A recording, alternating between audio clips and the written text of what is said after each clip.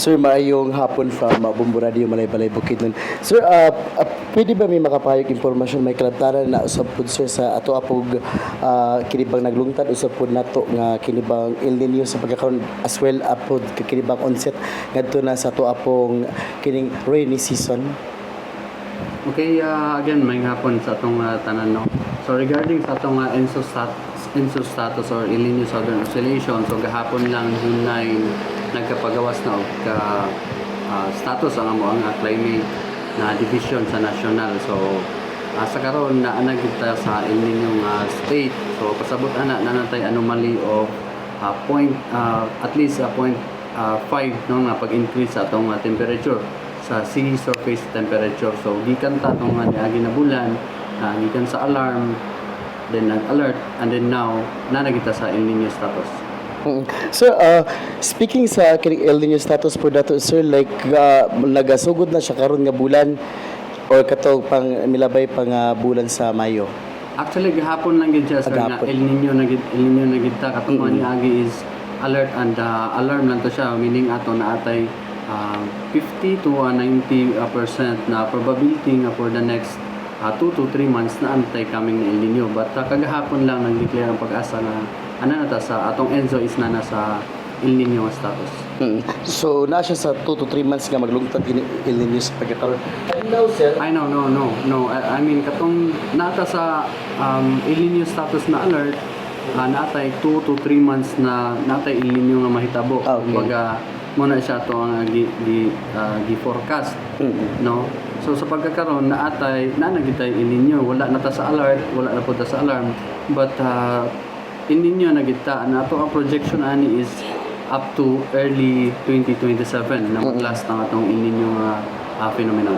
Sir, ang pwede ba na ito mapasabot hilabi na sa ito po mga sukitig paminaw sa pagkakaroon sir kay recently maguna ito pong pag-asa kay nagpagawas po sila o kinibitang onset sa ito pong rainy season. Medyo namog confusion sa pagkakaroon kay hilabi na nga naputay news nga nadawat po nga El Nino na pwede ba nimo mapasabot sa ito pong mga sukitig paminaw ilusip sa mga viewers po sir? Okay, again, so atong niagi lang simana, no? That is this month lang sa June, nagpagawas po ang pag-asa of onset sa rainy season. So ang atong onset sa rainy season naasa tay ang mga criteria aning gina-met, no. Ang una ani sa atong ginatanaw ang pag-shift sa atong hangin, so gikan man tag northeast monsoon or amihan, then nag-transition period, and then karon is ang prevailing nato is southwest monsoon or habagat. So karon mao na ni ato ang hangin. So isa ni sa atong mga ginatanaw para mag-onset ta og rainy season. Ang ikaduha natay mga stasyon sa Luzon nga atong ginatanaw nga pag ma-met na nato ang katong mga threshold values of rainfall, no. So katon na-meto nila ang prevailing natong wind. So mao tong nag-onset na ta og rainy season. But actually pag habagat season diha kita usually ga-onset og rainy season. And then natay confusion kay nganong man nagpagawas pod ang pag-asa og ENSO status nato karon nga El Nino na ta.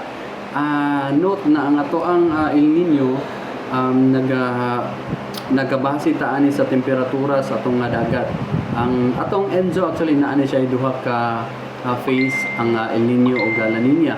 Aside lugar sa ato ang neutral nga stage, no, kung wala tay La Nina o wala tay El Nino, kumbaga walay anomaly atong sea surface temperature, so nata sa neutral. But now naaman tay anomaly, naaman tay pag-increase sa temperatura sa atong sea surface temperature or katong region nga ginatawag nato og El Nino 3.4. So naatay pag-increase ato, so walay kalabutan atong onset sa rainy season sa ato ang pag-declare pod og El Nino status nato sa ato ang dito sa atong Pacific Ocean. Well, so dali sa to sa probinsya sa Bukidnon sa pagkakaroon sir kay usa to ang lauman ang supod nato nga kinibang weather forecast sa karong bulan sa kinibang Hunyo sir. Yes. Base sa atong climate outlook, ang atong mahatag karon na outlook is up to August, no. Kay sa atong nakita didto do na atay coming na El Nino, but atong gina-expect sa atong rainfall is wala kita ni layo sa atong average.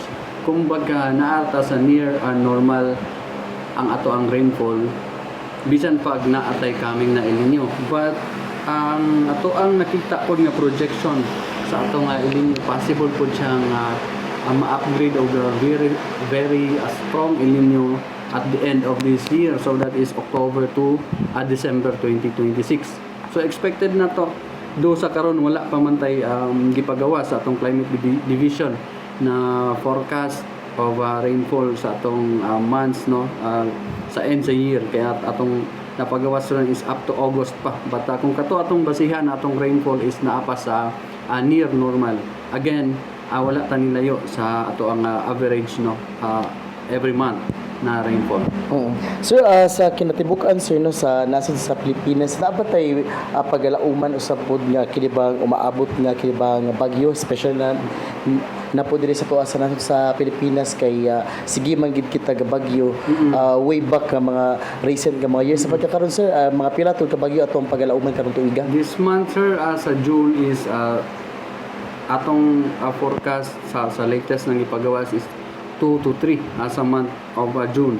And sa year, so ano mo gini atong average no, that is 20 at least 20 ato ang bagyo na maabot sa sulod sa isa ka tuig. But again, since naatay kaming na El Nino, ang isa po sa epekto ana is lesser no, or fewer ang ato ang numbers of tropical cyclones na mo enter sa atong Philippine area of responsibility. Kaya usually ang mabuo na to nga mga circulation dili sa Pacific Ocean is mag-shift siya towards, so dili siya mosulod sa atong PAR or Philippine area of responsibility.